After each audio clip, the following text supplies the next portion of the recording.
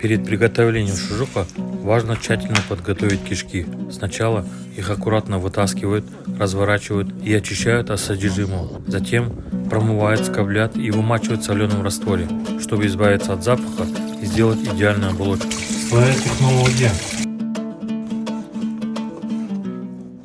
Завязываем веревкой, чтобы не выпало. Вот так мы каждый год делаем шашлык. Где-то 40 штук, да? Шашлык это как колбаса считается. Очень вкусная. Мясо, жир, перец, соль. Даже дети его едят. Бешбармак, когда делаем, обязательно шашлык должен быть. Шашлык это деликатес. Продеваем зубочисткой и завязываем. Сильно-сильно. Вот такой вот шашлык получается. Шашлык это душа степи в каждом кусочке. Вековые традиции, аромат специй и неповторимый вкус.